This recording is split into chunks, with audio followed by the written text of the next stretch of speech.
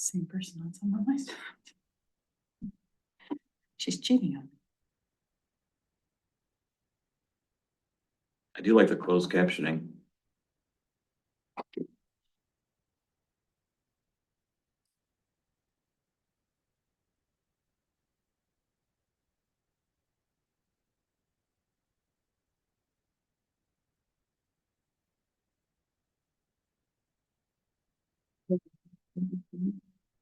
Yeah, we do. Mr. Chair. Yep, we do. Hang on, I was writing everybody down. All right, so we will call the meeting of the Downtown Development Authority, Local Development Finance Authority to order. Michelle, do you have the roll? I do, and we do have a quorum. Thank you. So approval of agenda. Is there any additions or subtractions? Does anyone want to pull anything off the consent agenda? I will, under LDFA, old business, it's just a discussion. I think Amanda wants to talk a little bit about the master plan. Correct. As that process is what, come close to fruition, or at least it's Yep. very close, okay. Yep, it's Just very just an close to going update to the from planning the old kind of data. I see Mr. Durian, so he is here now for the made update, so I think all items on the agenda are ready to go. I'd entertain a motion to approve the agenda. So moved. Second. Moved and supported. All in favor, say aye. Aye. All opposed? Very good, moving along. Presentations and recognitions, do we have anything, Michelle? We do not. Yeah, the consent agenda includes the LDFA, DDFA minutes from February 27th, 2025, and the financial reports provided by the city through March 30th, 2025, for both the DDA and the LDFA. Entertain a motion to approve the consent agenda. So moved. Support. Moved and supported. All in favor, say aye. Aye. All opposed. Right. Made an update on number 7. Update. So DDA, we've got, well, for the chamber, we hit 300 members. 300, that's big news. Nobody cares, apparently. We care though. 300 members, and so things are going well with the chamber. It's grown significantly. As far as chamber members, so it's 300 businesses that are members. So what's brewing are our 8 a.m. meetings. The last one was at Firekeepers, and we had about 65 attendees, so those are pretty well attended. The next one is at the Wagner Ballroom on May 8th. We had a small business academy with Mike Lindquist, bookkeeper buddy. So providing information about best practices in accounting and bookkeeping. Social hour, we do the 501s in the evening. The next one is May 21st at the Tom Collins Bar at the Frank Center. We've spent about $18,000 on our business acceleration grant. That's a grant we provide small businesses to help them grow their business. Our program year for MEDA ends on June 30th. So we're nearing kind of the end of that program year, and we'll start up this program again on July 1st. Blues Fest as far as events goes, Blues Fest planning seems to be moving forward. I haven't heard the latest, but that's probably a good thing. Sounds like, tell me if I'm wrong, Blues Fest people. Oh, it's going well. Marshall Motor Fest, we're planning for that for August 2nd. And like I said before, we're turning Motor Fest into Marshall Motor Month. So we're going to have exciting attractions and activities throughout the month of July. So starting July 4th to August 2nd, looking to just kind of expand that and get people interested in coming downtown throughout the whole month of July. And then working on a downtown action plan. So like a marketing action plan with the downtown businesses. So we met with the retailers and bounced some ideas off of them. Again, this is kind of preparing for our new program year. Looking at some new attractions, some new placemaking opportunities, and then more closely coordinating with the downtown businesses when we have an event. So like, for example, with Skeleton Fest, instead of having the activities at the post office parking lot, incorporating those activities into the businesses themselves. So I pitched Phantom of the Opera for Mole Hole because they have the organ in there. William's a big supporter of that idea, I see. Yes. That's fine. So we'll see if they, but the idea, so like it could be face painting at like Handle and Hinge or, so bringing those activities, getting the customers, the public into the businesses, trying to draw them into the businesses to support them downtown. Working on the new signage. Elena's working on we talked about this at a previous meeting, the historical signage for the downtown. Elena's working on that. And then Derek from Party Time Lights went through last week or the week before, I can't remember offhand, but he went through and fixed the canopy lights. So keep me posted on how those look. They should be much improved now. And then he's going to be doing the annual like rewrapping of the trunks. And then we are purchasing there are certain outlets that don't work that need to be replaced. So we're working with the city. The city's going to reimburse us, and then Party Time is going to cover the replacing those outlets.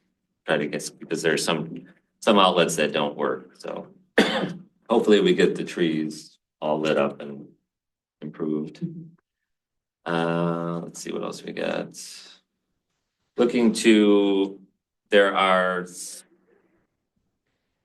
There's somewhere between 1,500 and 2,000 workers, skilled trades workers on site at Blue Oval. And we're trying to figure out a way to get them into the downtown. So these are, these are skilled trades, construction workers, and the feedback we get is that the restaurants are doing well, but they're not necessarily shopping downtown.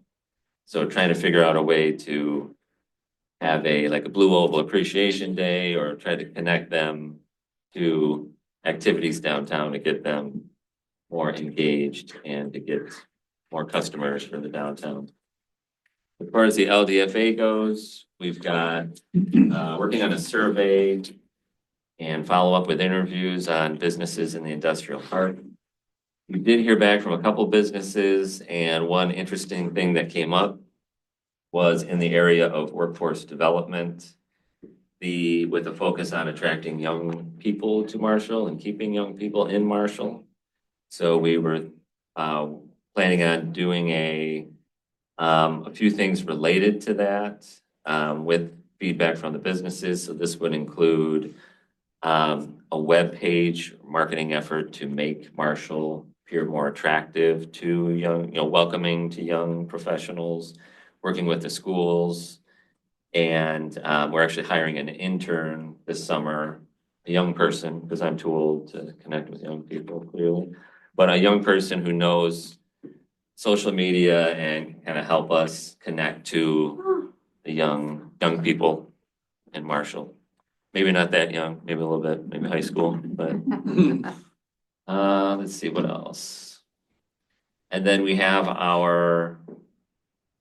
so also a next step with the feedback from our businesses is to, I mentioned this before, work on workforce development and business development services kind of tailored for our larger businesses. We have a lot going on to support our small businesses, but the medium and larger businesses like in the industrial park, looking to provide them services in the area of workforce development. We had a grant from the state over the past couple of years where we provided,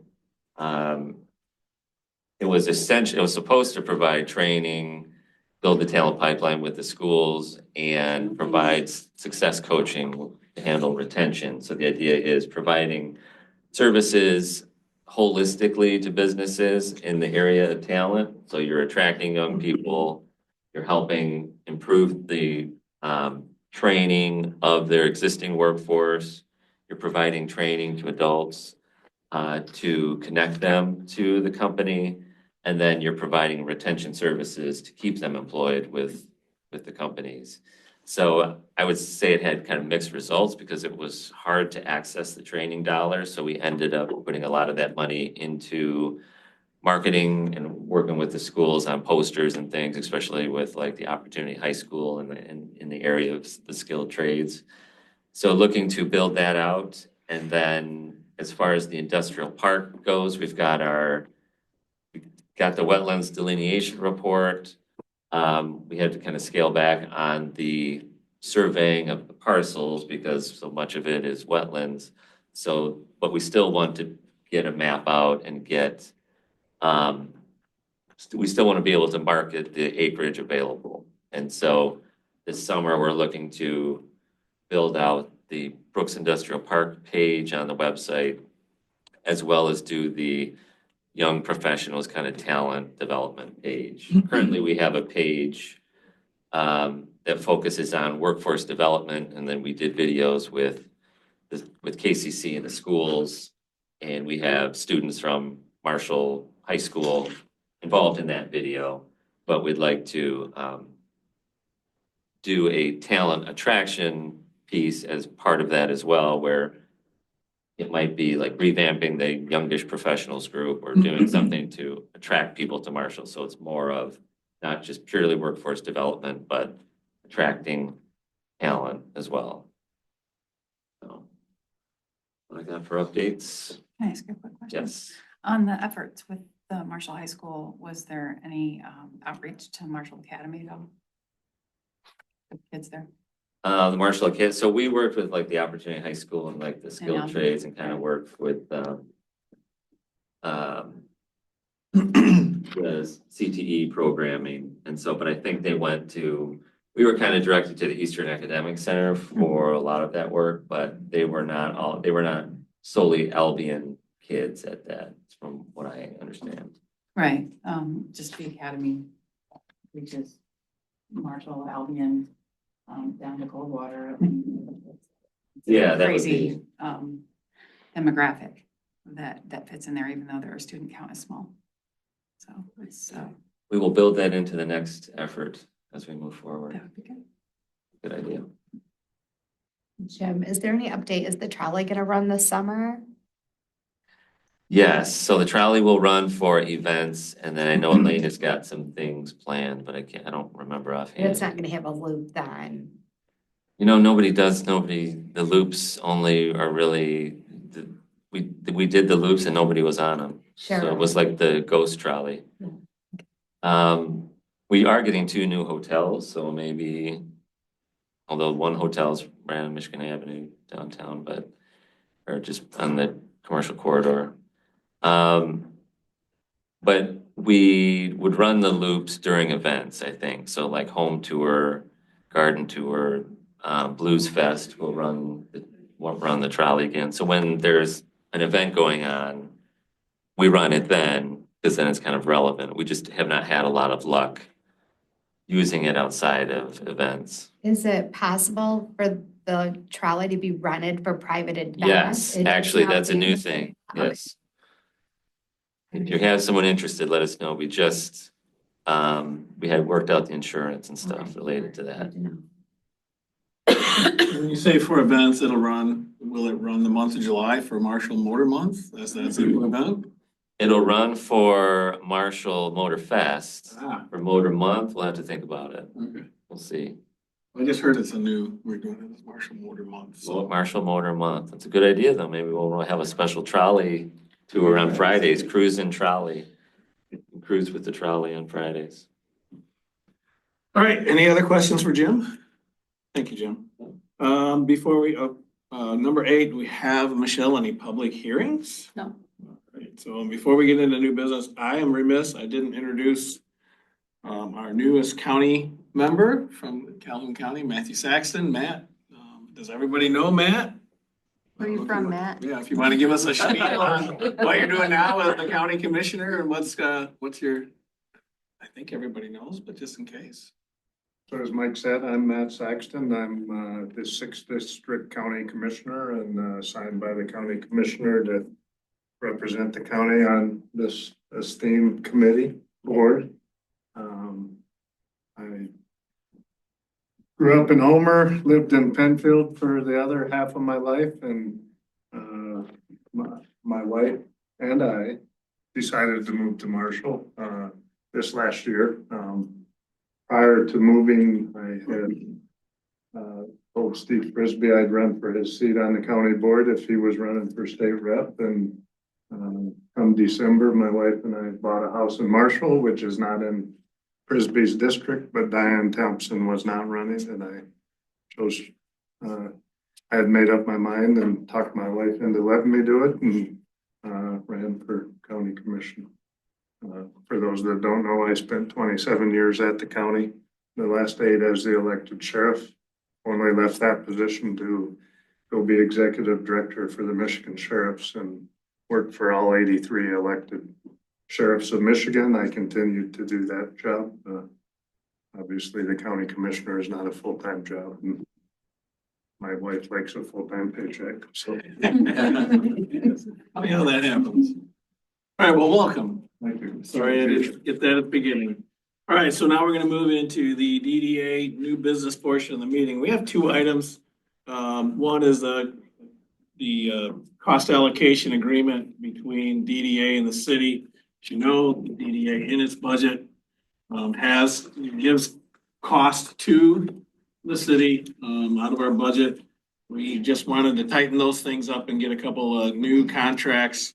And so we tasked the city to come up with that both for the DDA and the LDFA. So you'll see those documents. If you don't have the current ones, we asked William to tweak them just a little bit and provide a little more clarity with the cost allocation plan sheet for the DDA piece. And then the proposed budget. Now, the cost allocation agreement signed at any time between now and the end of this fiscal year. It'll take effect, this agreement will take effect July 1st, 2025. It is to be extended if you've checked it out on a year-to-year basis. However, at about this time every year, we can just say, let's take a look at it. And we'll just let the city know we want to look at these allocation agreements. They're not set in stone for any long period of time. And then, so that we can discuss those. And then we talk about the budgets. William and I had a discussion as well as we had with the finance prior to last month, as they wanted to bring these together to the group. We didn't have a quorum, so actually it made it a little better for the group and able to have William kind of tweak some things. So let's start with the DDA cost allocation agreement. If they're pretty simple. Are there any discussion or thoughts from this board? They basically are the same thing we are doing right now. It's just in more of a definitive form. So my understanding is the piece of the DDA cost allocation, other than what we pay on the parking ramp, is about $6,000. Correct, yeah. As Mike said, we've been doing this for years. We get cost allocation plans done for budgeting purposes every 2 to 3 years. And we've used those numbers for DDA in the past, and that's the same numbers we're sticking with. We did just have one updated, and he's still right in line with that. And I believe as a reminder, the tax capture for both the DDA and the LDFA is 100% of the city's taxes, correct? Correct, 100% of all participating. Right, So, but for this particular thing with administrative services. It's 100%. He's referring to also that our NIAs, which are the newer ones, and any TIFAs that come on board in the future will be a 65-35 split, 65% capture, 35% pass through to the other entities. DDA and LDFA were original, they were 100%. We're not opening up those agreements to change that. That's the way they are. But this does allow for us to, pay back some of the work that goes into it with, city staff.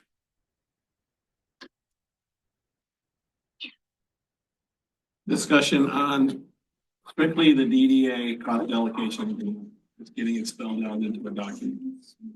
And I will, when we get to the budget portion, I'll point out where that's at. Like Mike said, it's 6,000. Can we just wait to vote on it until we go through the budget, and then can we come back to it? This doesn't even have to be asked to be assigned today. That's why I brought it up. It's more informative, more of a discussion at this point. And we can bring it back up if you would like to authorize signing the agreement, that's Okay. fine. I thought you were gonna ask us to sign it, so. No, it's, the resolution would be to authorize me to sign the agreement with the city, and again, it's not dated until July 1st of 2025. So yeah, so we can move into the budget portion. I did work with William a couple things. You've got the sheet here.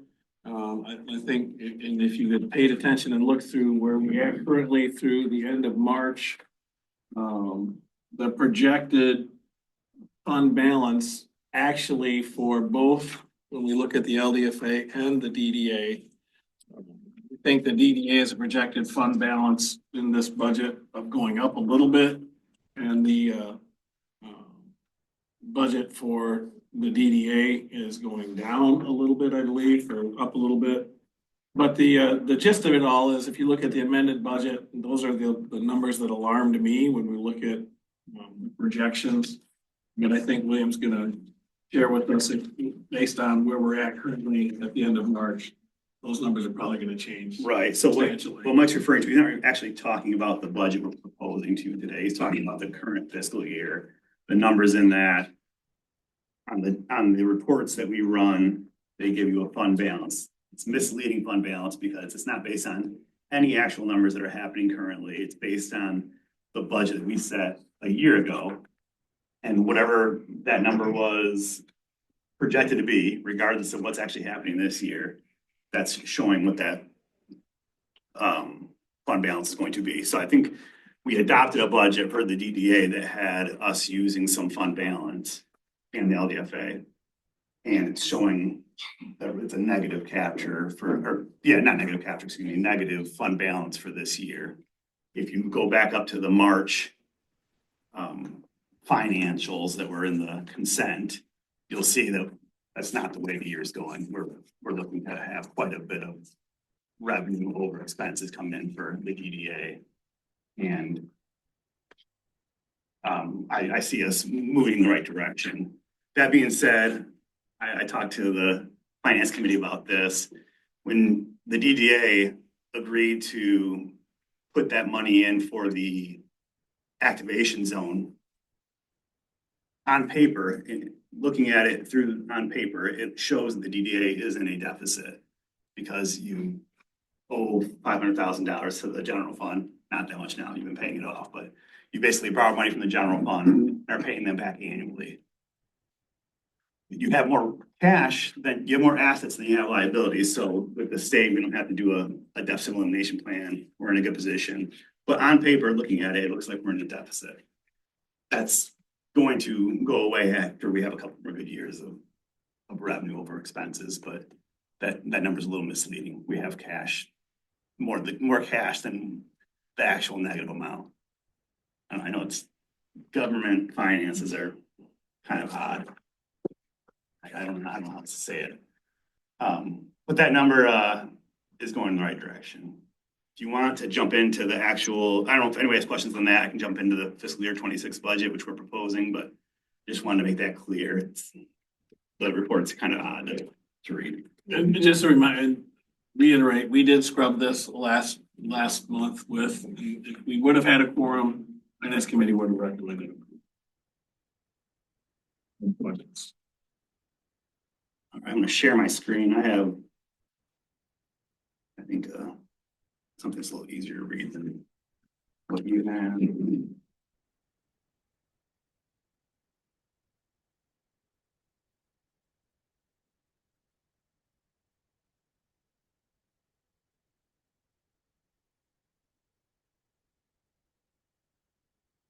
All right, this is oh, you're not seeing it. What are you seeing here? Okay.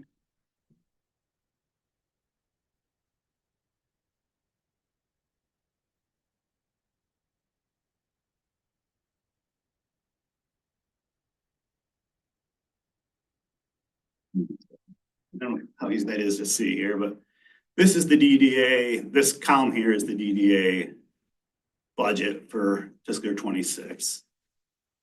Revenues, it's all tax capture and a little bit of interest. And then you have Blues Fest here at the $65,000. If you see, I'm always pretty conservative with tax capture revenue. This current year that we're in, I budgeted $181,000. We've captured $215,000. And then the tax year for this year is done, so we won't have any more than that, but obviously it's quite a bit more. This year, I'm budgeting for $215,000. I expect that number will be higher than that. And is that just because of values increasing? Can you tell us why we're seeing that much of a difference? Right, so last year, taxes went up by state law 5% based on inflation. This current year, it's 3.1%. It's not as high, but I'm not gonna guess any politics or how that'll be for the following years, but inflation's not going down much, so we should have higher inflation than we have in the last 10, 15 years. But yeah, that 5% jump was as high as the state allows, so there was quite a large jump there for the current fiscal year. Local community stabilization share tax, about 10 years ago, state of Michigan tried to, or is still doing, I guess, the elimination of personal property for small businesses, and they've upped that amount. And they had a timetable that they were going to keep the municipalities, I guess, even, without losing any money. So we get they put it into their multiplier and they have calculations, and then they give us a certain amount of money back based on our lost personal property revenue. That one I always try to be very conservative on. Also, it's not a easy one to figure out because the state budget changes every year and they have these percentages that jump in, and it's pretty volatile what the numbers we get. But last couple of years, it's ranged from 35 to 45. Like we had 47 this year. I'm budgeting for 35. Hopefully we get that at least. We've been better than that the last few years. Interest, I budgeted $5,000 this year. You can see where we're at already for the current year is $7,000. I expect those to drop eventually, so I'm guessing it's going to be a little less than that, but the 5,000 seems pretty conservative. Blues Fest, I just stuck with what we budgeted for the current fiscal year at $65,000. You can see 2 years ago in 2023 fiscal year, we had about 65,000. Last year is 54,000, 53. Keeping it at 65 and seeing how it goes. Getting into expenses. Salaries, part-time salaries. This is usually DPW staff. Let's see. And then, yeah, there's nothing that really large here as far as these small supplies ones. $26,000 for administrative costs. I was telling you guys earlier, that's our 6,000 plus admin fee, which we talked about with the agreement. And then that also includes the parking ramp downtown, which is owned by Oaklawn, but we lease it for our agreement. And there's 2 payments to go to them each year, and that's $17,000 roughly. William? Yeah. The rubbish and parking structure line items that don't have figures for 25, 26, are those being covered somewhere else? Up in the payroll, Mhm. yes. We put in all the payroll under just part-time salaries. And then when they do their timesheets, it gets dispersed amongst that. But Okay, thank you. That amount covers that. Good question. Hey, William, you just lost me a little bit. So the 26,000, the administrative cost, that's the 6,000, and what else is it? It's the parking garage. Okay. Yeah. Okay, I was wondering if I lost track and if what's the 23.9? It's right underneath of it. Oh, it's 23,000. Yep, that's contracted services. That's your payments to MEDA. There's also a few other things we do. We pay someone who's certified to do some weed control in the parking lots. Okay. Oddball repairs, light repair in the parking ramp is this current year. So going back, I don't know, I had something like a message. I was having trouble separating this agreement and the allocations and the budget. So I'm gonna mix them up nobody has objections to that. So the 6,000 allocation that's on this piece of paper right Yeah. here is really already there. It This is. is just an agreement to do what's already happening. Correct. Okay. Right, so Yeah. the, It didn't feel that way when it came through, I guess, so I apologize for. yeah, we've talked about it in this as the board. We are allowed to contract for services. We just didn't have a written contract with the city for their services. So one of the things I wanted to do was make sure, since we're allowed statutorily to do it, that we actually have one. But that's all they're doing is they're putting what we had paid already into an actual document that says this is how it's getting spent. Right, and I don't know if you guys are gonna allow me to just be all over the place still, but in the LDFA contract, it had, at least the original one that we had, I don't think it's the updated one, it had a dollar amount, Yeah. okay? And so it looks like that's been taken out. It's- So- We address that when we get to LDFA. But why, I guess I'm not sure by the agreement that I understand with the DDA, I'll stick with DDA. I'm not sure I understand that there's like a cost allocation dollar amount. It's like, there's no dollar amount in it. And so when we hand out this other piece of paper, why don't we just state the $6,000 in the agreement? Is it because it can vary for some reason? Right, it could change when we do our next cost allocation. And the idea of the contract is to make it as user-friendly as possible, so we don't have to update it every year or two. Okay, I guess I'm not accustomed to having contracts with people that don't actually like cover what the cost is of what I'm buying. And so, Well, a lot of times in contracts, there's costs incurred contracts, right? That you agree to it. But the thing is, we have a cost allocation sheet. This is the way we've been doing it. We just haven't put it into paper. So I think William had a point to saying, we had an original one, Amanda brought it up, that said it had a number and this cost allocation. I said, that seems confusing. What, you had a point to that, actually. Right, I included it to give us a little leeway, so if the hundred, I'm going back to LDFA here, because that's the one that had that in there. It had the $160,000 or 35%. Initially, I believe when you guys first did this, before we had any kind of agreement, they had figured out this 35%, and that was the $160,000. Now, if I actually use the amount, it'd be $165,000. I just budgeted $160,000. But if revenues, the taxable value increase, say there was some, development out in the LDFA, and 35% is $250,000, we probably want to have another discussion, because neither one of those numbers is really working. If it's the board's pleasure, this is all about the board's pleasure. We can adjust these, put the number in, because they're open to renewal every year anyway. So if the city came to a position that said the cost allocation is now 8,000, we need to reevaluate that within 60 days of the end of the year. They're gonna submit, as these both allow, something that says, hey, we'd like to rediscuss. So if I'm following, just to clarify Sue's point, the practice has been a dollar amount and or a percentage approximately.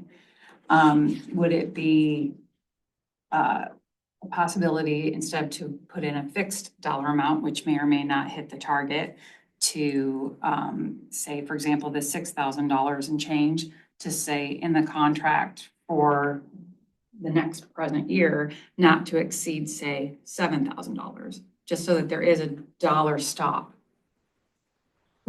yeah, that brings us back to some sort of conversation before it can just go in a big direction one way or the other Right. without us having any input into that. So we've got our corporate counsel here. Do you have any thoughts as to fixed number, percentages, Not to appendix exceed. A, amendment A?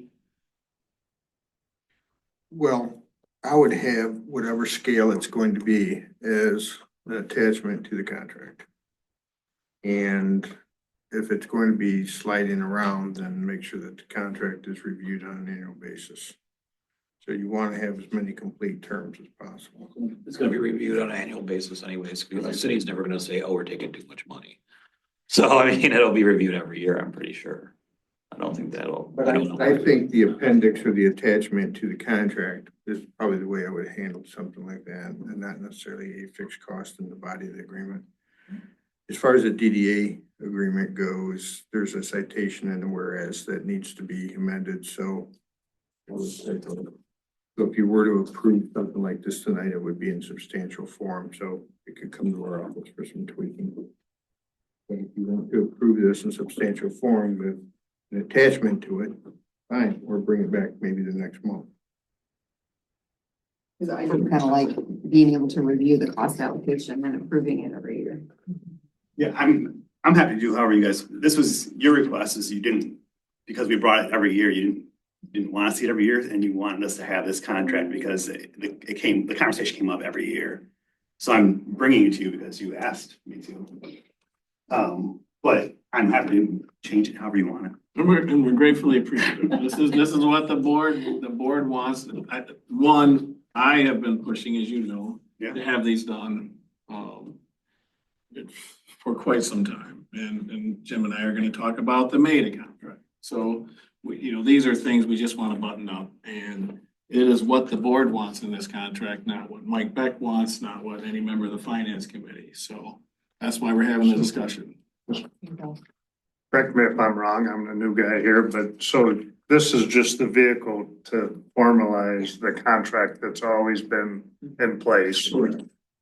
Every year we pass a budget that includes what that cost is, so we're gonna approve that cost at some point, and it's gonna be different every year, so this allows us to not renew this every year, and we just do it in the budget to assure. And that 35% and the whichever LDFA is the story. historical number that we've used to create this budget every year. So on this, the DDA. Yeah. You guys do the cost allocation every 2 years 2 to 3 years. and it yes. doesn't change. It does. It went within a couple $100. Yeah. So maybe it's, the document says at the approved cost allocation that's as part of the budget or something, and then have it attached as an addendum to the Attachment, contract. exhibit, whatever you want to call it. Yeah. It's attached to.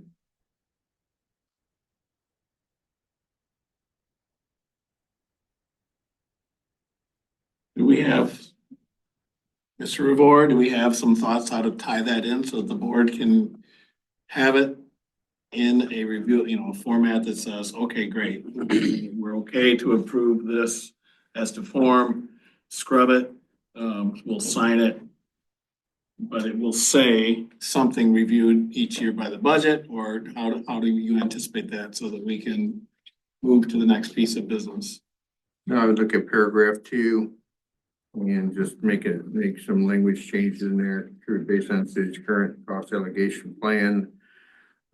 As demonstrated by attachment A, comma, spread out evenly, ... That's probably where I would have the cost allocation plan put in there. And highlighted for what the cost allocation would be for this year. And then maybe put some language in there that says the cost allocation will be reviewed on an annual basis. And so the body of the contract wouldn't necessarily have to change, but maybe that cost allocation plan would be, and then you just staple them together. I mean, I don't want to make this too difficult. That brings some clarity, I think, to the group. And if you accept that kind of conversation, who's ever keeping the minutes, if you want to approve this in substantial form, it would be with the attached cost allocation attached to the body, or just bring it back next month when the document's done. Didn't sound like there was a rush, so I think we could just. I think we bring it back next month. Yeah, we just send it back to the tweak based to the board's thoughts. Make sense? Wonderful. Okay, so let's continue with the budget then. I think that covers the. Let's see what else here. Oh, capital outlay is a large one here. That is the milling and paving of lots 1, 4, 5, 6, and 7. And Marguerite, wasn't there one of the lots we thought potentially we could get? We don't own it, it was Oaklawn maybe, that Yeah, we will coordinate the paving of it, but the financial component of it, is covered I by. have to look at the agreement, yes. Okay. But that is on this fiscal year's, or fiscal year 26 budget for the DDA, so there is some capital project upkeep being done. And I'm sorry, but can you guys tell us what lots 1, 4, 5, 6, and 7 are? Lot 1 is the one on Eagle Street. Lot 4 is the one north of Mancino's off of Madison. What's the other numbers? 5, 6, 7. Lot 5 is the Oaklawn lot. 6 and 7 are, the corner of Hamilton and Michigan Ave and Mansion and Green, excuse me. There's 2 lots there, adjacent to the new Oaklawn Pharmacy. Okay, and so lot 1, which is on Eagle, that's in front of Schuler's? Or is that the one Nope, that's it's on the north side up by Mansion, So next, across from the venue. yeah, okay, thank you. No problem. And if you look at that, we've kind of kicked that down the road for the last couple of years. Yeah, it was in the CIP, I think, for the last few years, and we pushed it back because there's been so much construction last year. Are you talking about next year's budget? I'm sorry. Yes. Okay, I think in this year's budget, we have some other lots, and I'm actually trying to get that out to bid to bridge the fiscal year and get them all done under the same contract. Yes, but yeah, I'm talking about But it's the same number. next fiscal year. Yeah, that number is that number. So that number's not gonna change between what you do this year, adding to what's gonna be done next year. That number's gonna stay the same for all of it. Once I get bids, I would come to this meeting and say, here's our bids, this is what funding we have. It's below, above, below, et cetera. And we'll authorize it accordingly. So you will see a small surplus, basically a break even of $396. But like I said, I was with taxes, I was trying to stay on the low end, so I expect that to be a little higher. Questions on? What is the fund balance currently then? This is the budgeted amount. We have to look at the financials here to see that. Let's see.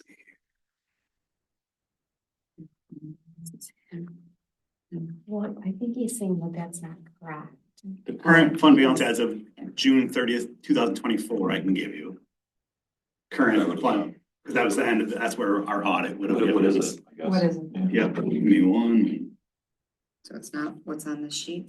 No,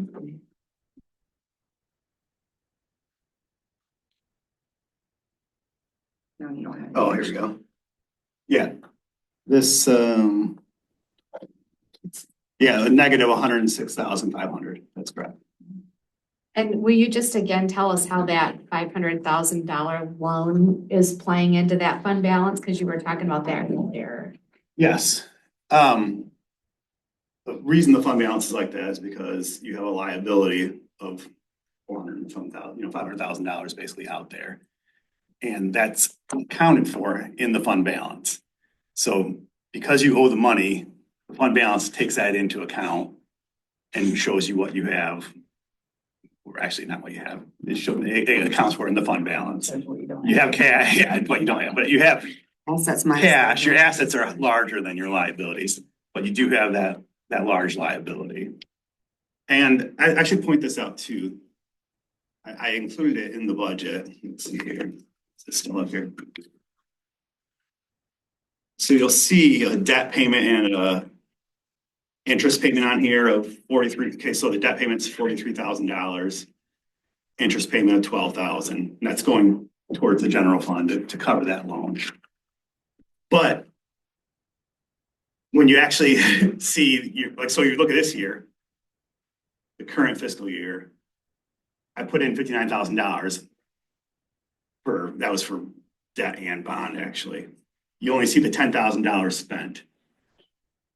The debt service never actually hits the budget. I put it in there so you see it, but really it just reduces the liability. So it has the same effect, but I wanted to make sure you saw it in here because the cash is going away. It accounts for the cash at the end of the day. But you'll never see that hit the fund balance. You'll never see it hit the budget next year, this year or that year. The interest you'll see. Because you expense interest, you can't expense a capital or a debt payment, the principal payment. Absolutely, yes. And correct me if I'm wrong again, William, what they're seeing here in these red numbers, it is just based on the amended budget. It isn't based on the current activity. So if you go back to your March 31st financial sheet, current activity year to date, that the amended budget of the 279 in, let's see, for revenue. Actually, we're at 300,000 already, so we're 21,000 over budget in revenue, which isn't reflected in these numbers. And we are, again, just going back to the sheet on the 3/31/2025 theory, just on the sheet, we're 203,000 over budget and under budget and expenses. Right. Now, there's changes to that, but when you think about that number that's gonna end up going into the bottom line for balance, it should be a black number. Correct. And yeah. Quickly, hopefully we can work our way out of the negative fund balance, and on paper it'll make everyone happy to see. Are we looking for a motion to approve the budget then? But at this point, because of the way the works, that's why we're hoping to get it with the not having a quorum last month. It was unfortunate. But actually the way the city schedule works is their workshops come, they get the budget, and then they're expected to approve the budget. Their second meeting in May, which will be before our next meeting. It'd be nice if we got this an approved budget from the LDFA to them. So I make a motion to approve the DDA budget as presented. I'll support that. Okay, move to support of the budget as presented. Any further discussion? Michelle, do you need a roll call on this or we good? All right, all in favor, say aye. Aye. All opposed? Thank you. Thank you, William. I know it's not a lot of hard work and you put up with me and you put up with finance and the board has great questions. We just need to get it sorted out so that we're all on the same page. Okay, so the next on the agenda. Golly, I lost my agenda. There it is. DDA Old Business Activation Zone and Trash Recycling Update. I think that's probably Marguerite. It's me. All right. Come over this direction. I don't have an extensive update. I just wanted to say, number one, we have made some progress on the commingled community dumpsters for the activation zones and lot 9. There's a form survey that was distributed and we have some more responses we need to get. We have some buildings that didn't answer, but we did get 22 responses. We probably need about 8 or 10 more to make sure that we're covered. And then we will add essentially all the services and the amounts of trash and figure out the schedule and who will need to put their trash in each of the 2 options. So we have a community dumpster in lot 10, and then we have a community dumpster in lot 9. And then we would establish the contract and the transition for that, which will take some more time. But overall, there's nothing that is really seen as a concern. We have about 16 Kirby Cart customers. And then in all, we have about 25 to 30 yards of trash, mostly on a weekly pickup. So, we will be probably looking at like a multi pickup, per week, like maybe 3 times per week pickup for, the dumpsters with the contract and, get that situated. I know there's been some challenges, right? So right now there's privately serviced dumpsters in the corrals. It's working, but it's not ideal. So those will have to be moved and we'll have to have that coordination when we're ready to transition the service. We got a call a couple weeks ago about one of the doors opening. If it was in the wind maybe or something. So, we had to go and make a repair. So, that's our update. It's not done, but it's moving forward. Did you have input on recycling? Yeah, there are some recycling. There's quite a few recycling. Like everyone who has a Kirby cart for trash says they have a Kirby cart for recycling. So is there interest in a communal recycling like the trash would be? Correct. That would be the intent, is that we would have a communal recycling dumpster. And we would then identify where that's gonna be and where people put their recycling. I don't know if it makes sense to have a recycling dumpster in lot 9. That enclosure is smaller. But there is a new product now that the trash services are offering, and I don't quite understand how it works, but it's like this, it's like a 4-yard dumpster, but half's recycling and half's trash down the middle. But what I don't understand is when they dump it, how do they actually like separate it? So, They don't usually. yeah, so, that's the challenge, right?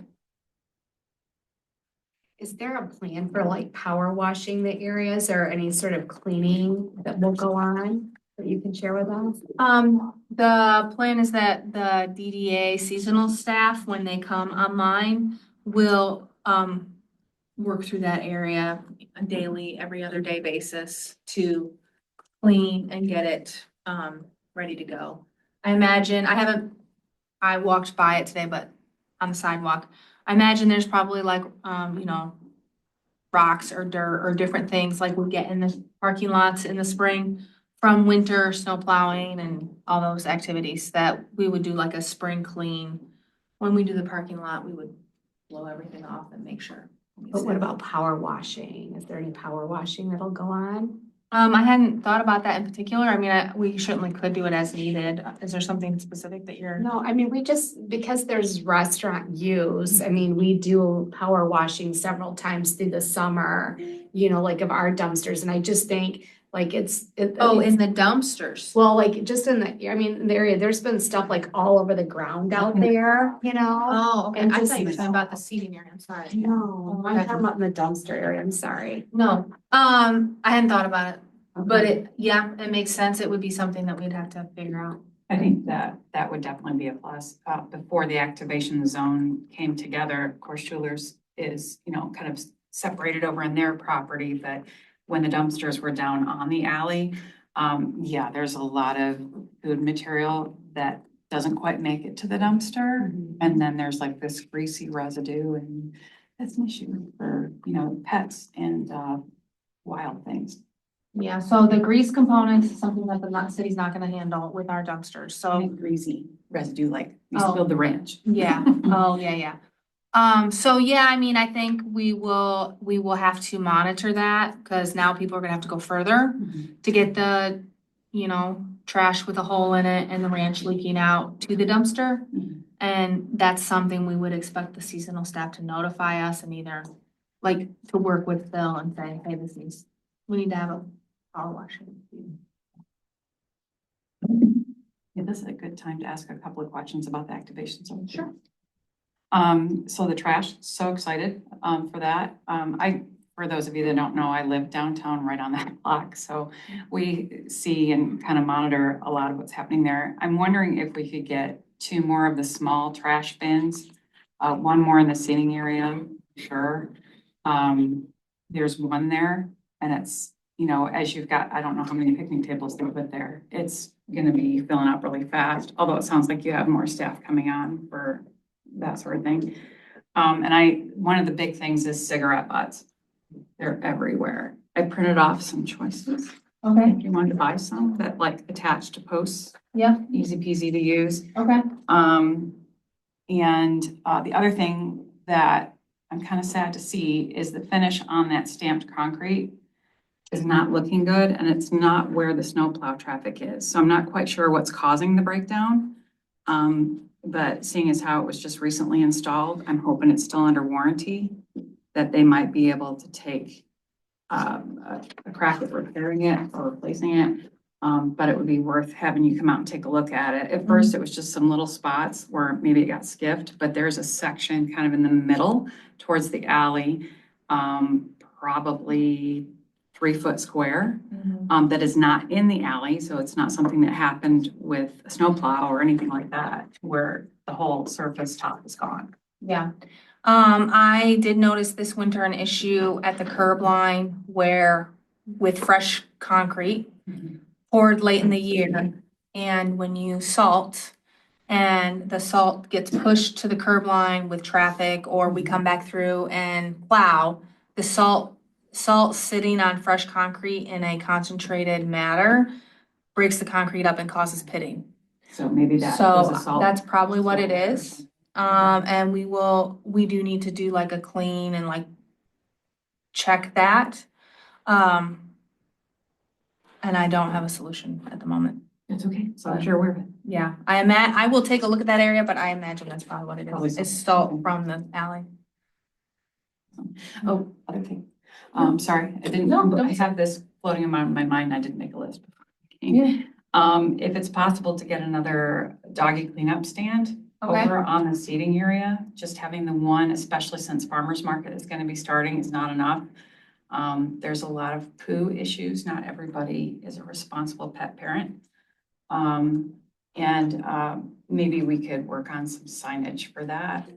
And the biggest question about poo pickup is how often do those bins get dumped? Because in the summer, they get really ripe and the bags are gone. So if we could get, whatever the schedule is for the folks that take care of the lot, if maybe it could be done on Friday and then again on Monday, since most of the traffic is on the weekend, it might be fresher for everybody. Yeah, I understand. I know we have the bags, when you let me know that it was empty, I don't know, sometime, and we put no empty one. now. And yeah, so we just need to have put that, right, like that's like the checklist of the DDA seasonal person. Check this, check that, empty this, right? And in the winter, the trash is emptied by full-time staff along Main Street at a less frequency because we just don't have as much. But maybe that area needs to be continued to be checked. So I appreciate all that. Yeah, it could just be, I don't know what the frequency has been, but I think twice a week would keep it from being a nuisance. And then there's also some, obviously landscaping that will need to be kept up with, which, we will keep an eye on this year and really understand what that maintenance looks like as we go through the summer. Is there a plan for the flower boxes this year? I know they went in late last year, so there wasn't time to put anything in. No, there's a plan in that something will get planted in them. Okay. I don't, if you have suggestions, you wanna work on it with me, I'd be happy I'd to. be happy to work on your thing. I would happy to do it, but it's gonna be one of those like, come on, let's go load up, get some stuff and put it in. Okay. We don't, I don't anticipate like Garden Club doing it. I'm not gonna ask them. They already do enough in Michigan Ave. And so, not that they would be willing, I just wanna work into it. If you will. We can one. Okay. Awesome. Thank you, Marguerite. Any other questions for Marguerite? Activation zone? Or anything else, DPW, water, wastewater, major campus, I mean, how long do you wanna stay here? Since the angled parking and all that is new, there is a little bit of a safety concern happening on the exits out onto Green Street. On the west side, the visibility is of course blocked to some degree by the dumpster and the dumpster corral. Mhm. And I don't know if we need to get a sign there because, both my husband and I have about been taken out by somebody just flying out of the lot. Okay. And, you know, some of that may be related to our adult beverages served in the area and folks leaving. But obviously we want it to be safe for everyone. And then also on Greens, on the other one closer to the library, as you pull out, because of the angled cars, you have to really get your car up over the sidewalk to see. So you may think you're clear and then you go and you're not. So I don't know if it would be possible to make the first two spots compact only or something so that there's a little more visibility. We have lots and lots of kiddos that go that way, so.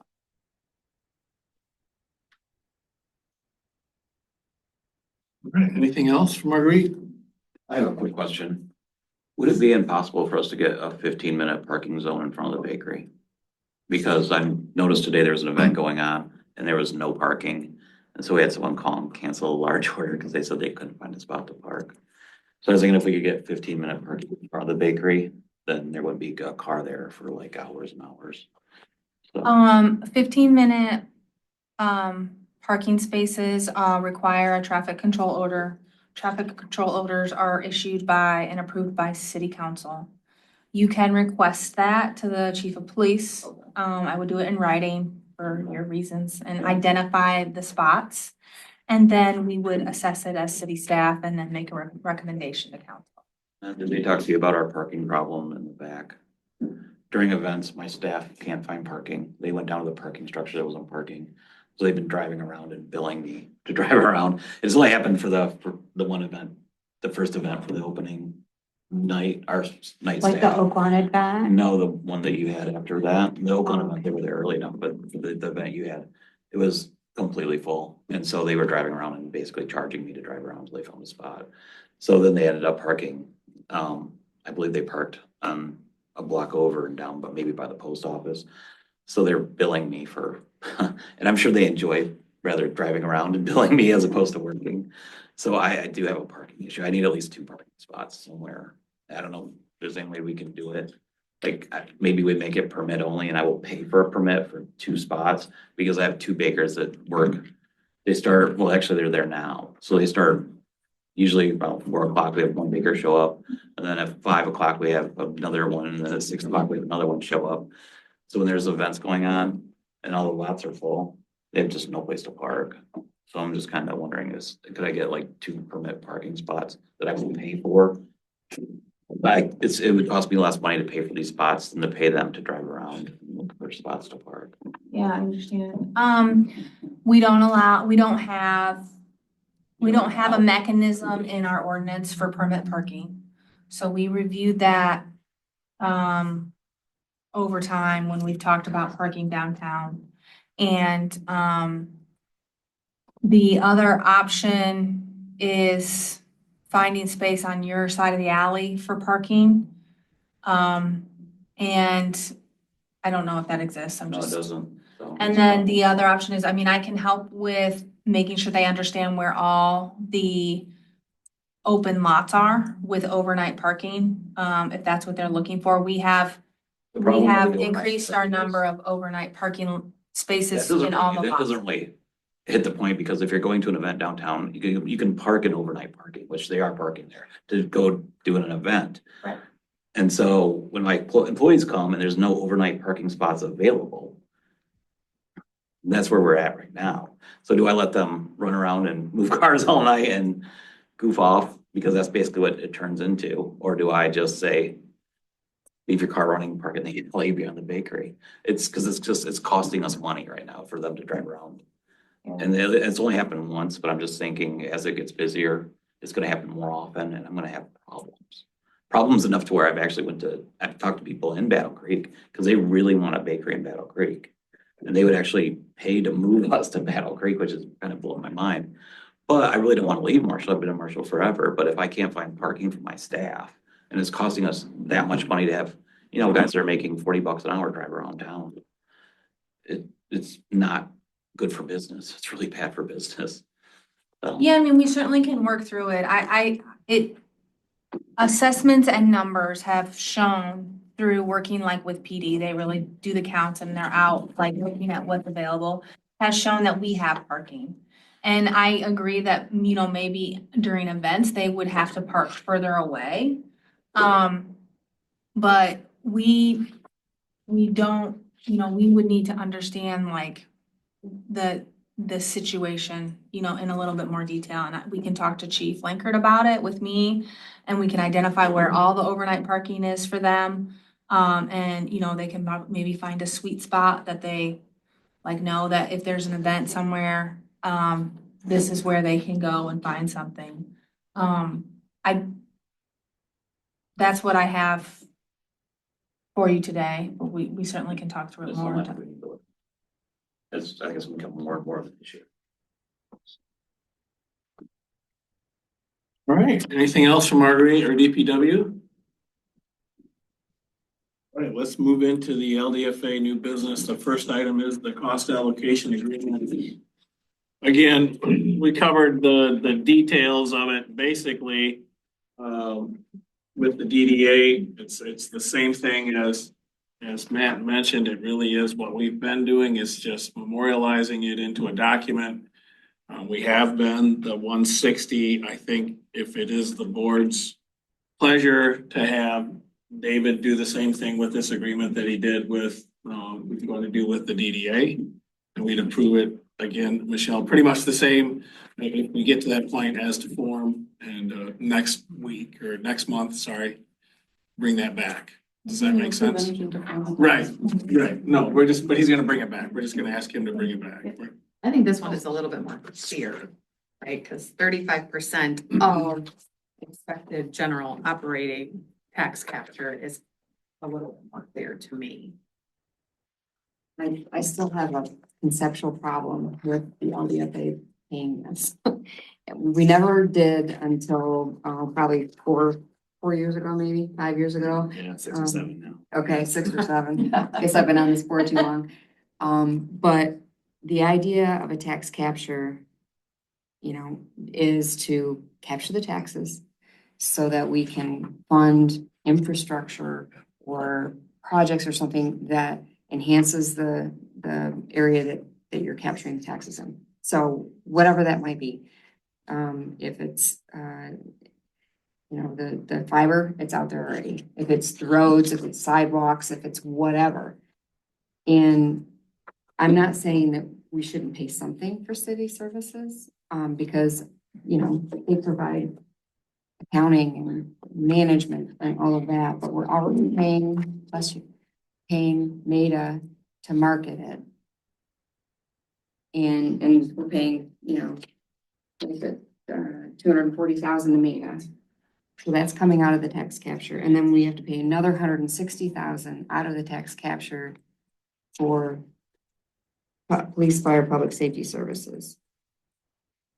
Do we really see that many calls to the LDFA for police, fire services? I don't know. I just think that's high. And when police show up, or not police, but when fire and ambulance show up, don't people that use those services have to pay something for them? Don't, not for the ambulance, they do, because I've gotten bills from ambulance service in Marshall.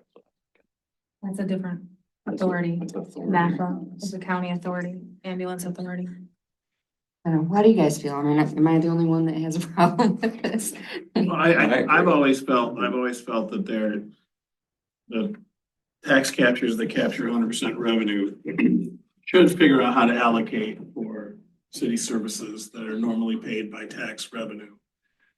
I go to a lot of municipalities across the state, and almost all of them that have a DDA or an LDFA give some type of city service back out of the DDA and the LDFA. So when they justify their sometimes, like, people will say, we want to disband the DDA because we don't feel like we're getting the services and all these things. They say, well, this is what we do. We pay this, we pay this, we pay that. So it's this board's pleasure to what the number is, and in a negotiation with the city, it has been 160 for the last, I don't know how many years, I think.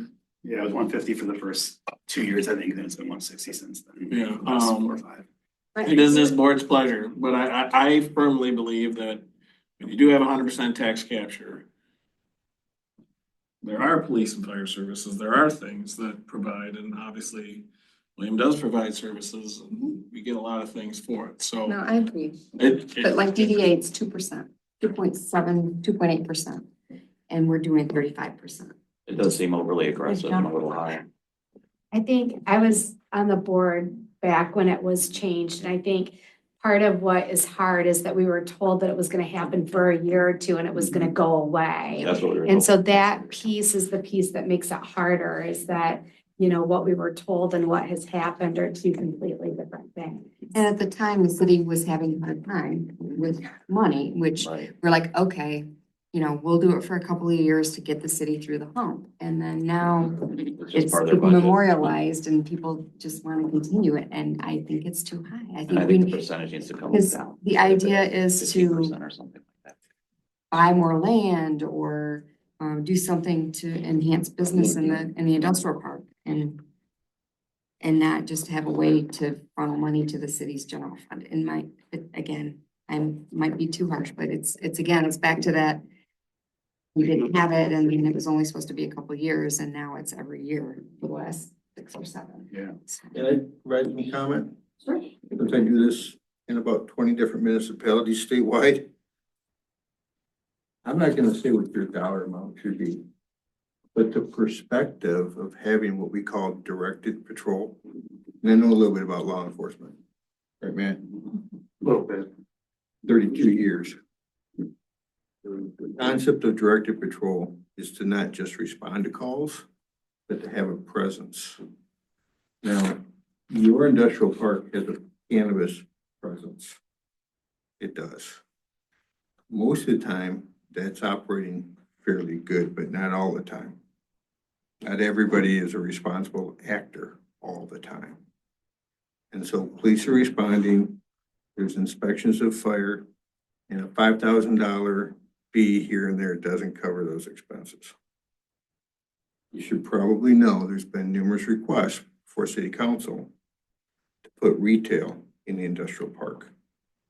That's not a hidden thing. And that may happen. And it's up to the council if that's what they want to have happen. As of right now, that's not happening. Are you going to anticipate some high level of crime? Probably not. Statistically, probably not. But is it worth it to have some designated directed patrol in that area that's more than just reactionary? It's a presence. That's something you have to decide. And if the answer is yes, that would be beneficial.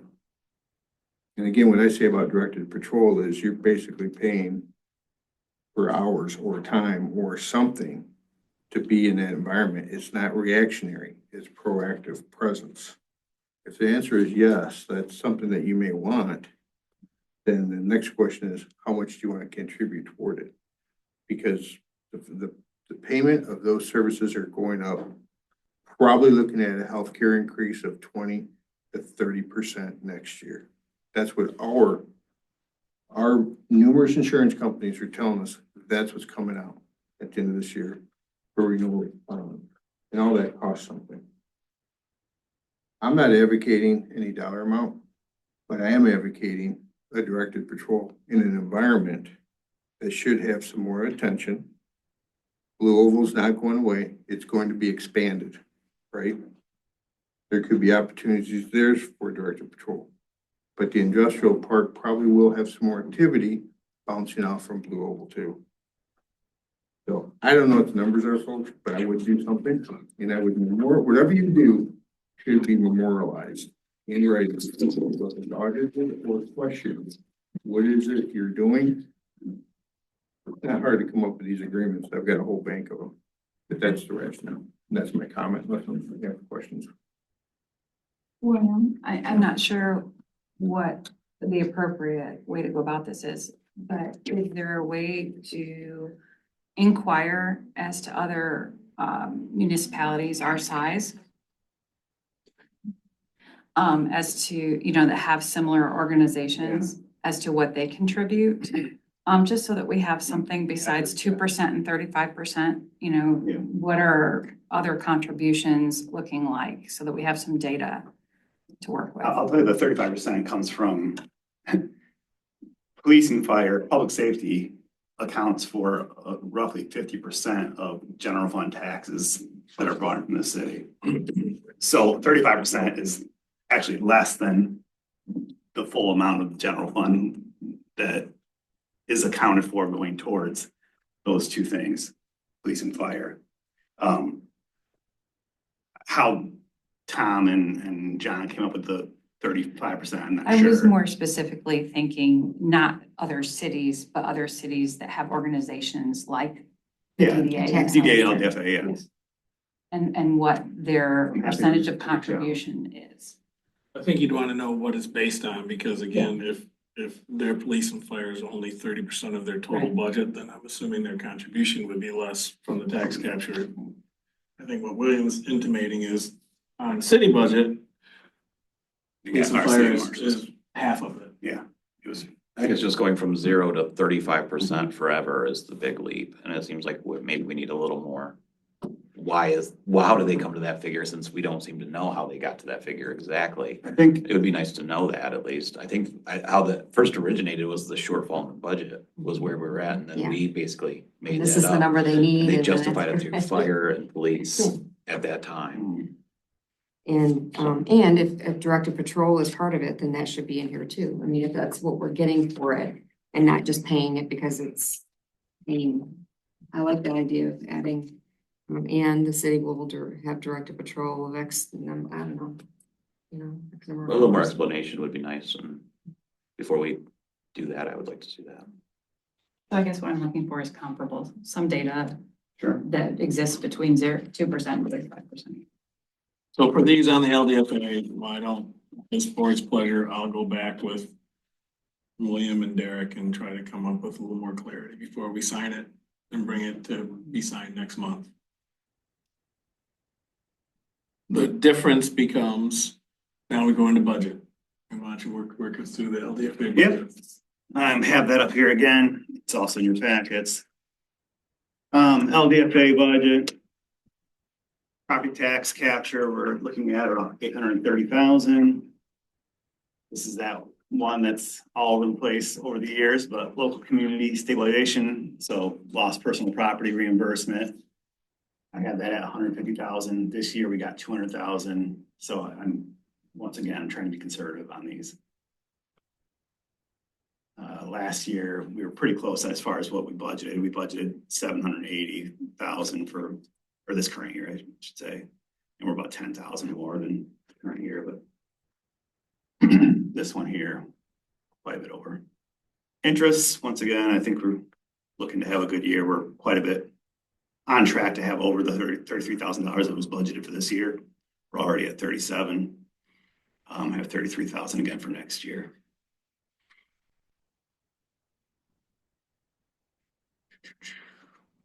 Administrative costs, that's the admin fee, that's the $160,000 we've had the last few years. Contracted services, this is your MADA payment. And a little bit of mowing in there too.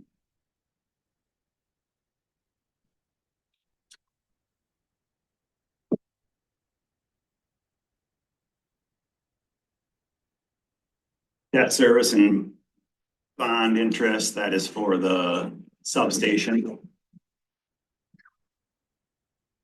That is your budget. There's not a lot of fat on there. There's looking at a surplus of about $27,000 as budgeted.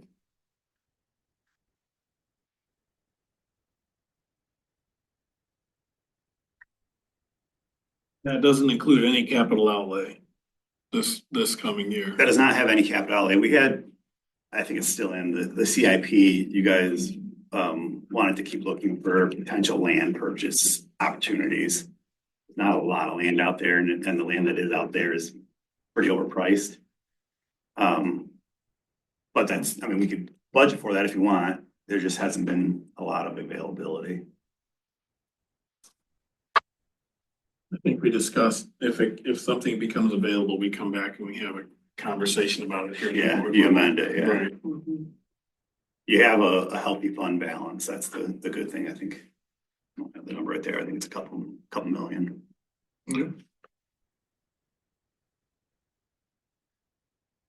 Well, the question becomes on this budget, since the board is not, I'm hearing, not comfortable with the administrative cost number.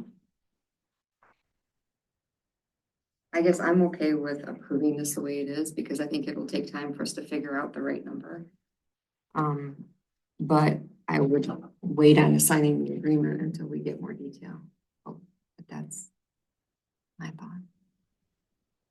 One more year to kick it down. But we could always change it in the middle. Yeah, we can always amend it Yes. at any council meeting. Well, I mean, when we approve what's going on, this goes to council, council builds their budget around this, so we need to stick to this number if we approve it here, and council approves it, that's. Yeah, I mean, I wouldn't take away any at that point, Yeah. because they're building the council's rest of the city's budget around it. correct. It's what you're doing, you're not approving it. It's a recommendation to council to approve it. So if we don't approve it, they could still approve it anyway. They can change any number they want. Oh, okay, well then. So it's relative. Yeah, it doesn't matter. Okay, so let's put it at 0 then. Yeah, so it is 0, and then we'll pass it up. So there's something. But I think, if I understand what Catherine said, she's like, good this year with the budget with 160, whatever. But before we go forward with this vehicle, let's figure out the 35% or what. I'd like to what that's gonna reopen it. be going Well, forward. it's open. It's But I- officially open right now. It hasn't been closed until we've signed it and agreed to it, so it's open. New in the game here, but I don't know how we don't pay for services for the area where this revenue is collected. I And, mean, and I don't think any of us disagree with that, Matt. We just want to make sure that the reckoning of it is fairly accurate. probably the cost for one officer is pretty darn close to that 160 when you look at Yeah, all there, yeah. pension and life insurance and healthcare and uniform and vehicle and blah, blah. Probably more than that when Yeah, you throw you the get vehicle vehicle in and there, yeah. everything else in there. And you're not even talking about fire yet. And fire and police are like smoke detectors. You don't know you need them until you need them, but you're damn happy they're there. Right. So, is That there a is a motion? skill, Is there a actually. motion? I'll do the motion to approve it. Support. Moved and supported. Any further discussion? All in favor, say aye. Aye. All opposed? All right, there you go. Thank you. I know it's, I get it. This is probably our biggest lift throughout the course of the year. And I do think getting these agreements tightened up and memorialized is a really good thing. And continuing working with Jim and Maida and that number, let's make sure that we know what we're getting for those dollars. Thank you. Again, it's a lot of work. LDFA board, old business, is just really a discussion item. Amanda wanted to kind of update us as what's going on with the master plan. Yeah, so the master plan steering committee has been working over the last 9 months, I believe it is. So hopefully you guys have had a chance to engage in some of the open houses and in the surveys. We're at a point right now where the recommendations will be going to the planning commission. And one of those recommendations that I wanted to make sure that you all know about is that the city or the LDFA kind of looked at the LDFA property as a potential use of housing. So I don't know what that looks like, but with land very limited in the city and the wetland delineation coming back with very, smaller parcels to be developed.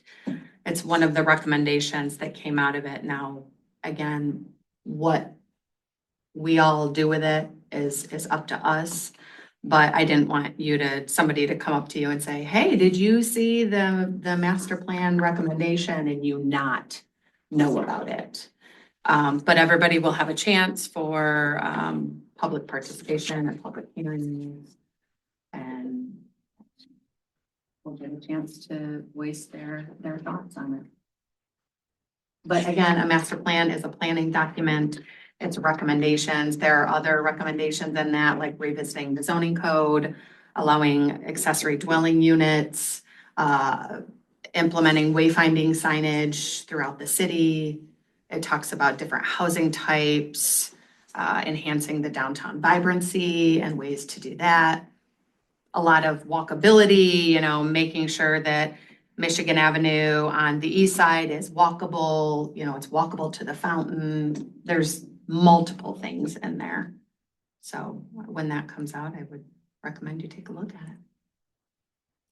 And Derek and I have had a conversation that obviously, since this district is statutorily set up, there's a lot that would have to happen to take LDFA property into a residential, because I don't believe it's even allowed in the LDFA at this point statutorily.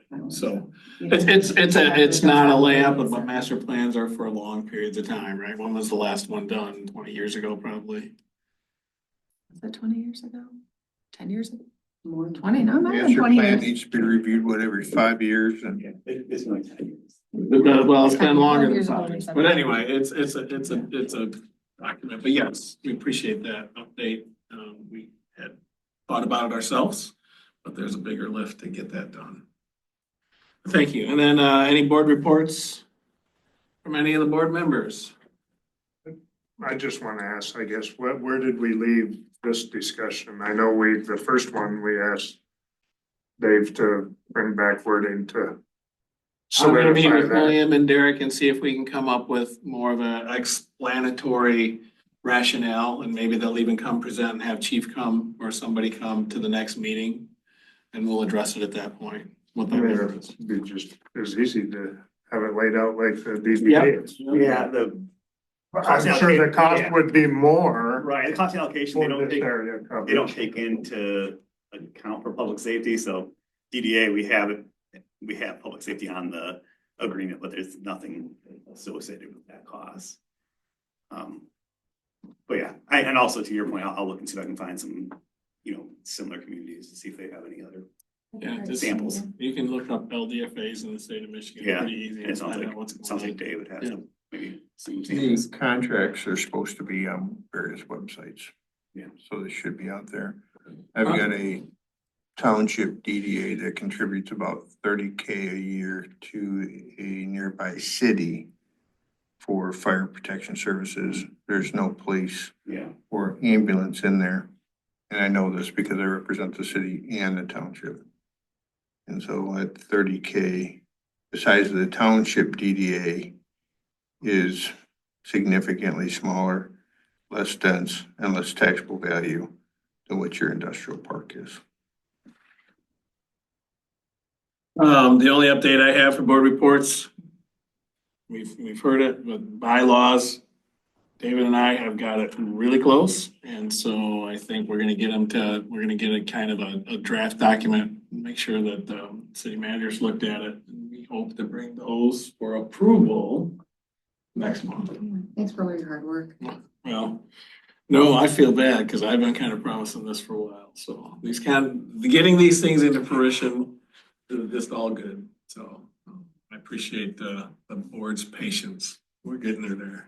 So is the next potential contract review with Meta? Correct. So next meeting will be these two agreements. And maybe a discussion on, bylaws? and the bylaws, correct. Okay. Yeah. So it'll be a long meeting. Well, it shouldn't be. We've already kind of hashed these out. And if Yeah. we get them to you ahead of time and we have a good declarative conversation with the city as to what that number is. I think, we've already set it for this budget, so I think it's going forward. We may change the date of the document. We'll get it buttoned up and have something a little more definitive, and the DDA one will be pushed off too, so. we've been talking about not that I wanna push it off, but we've been talking about it for years, so I just the know. fact that we're getting closer. Yeah, it's a movement. See light? You see light? Any other good for the cause conversations? I would entertain a motion to adjourn. Their support, Second. vote with your feet.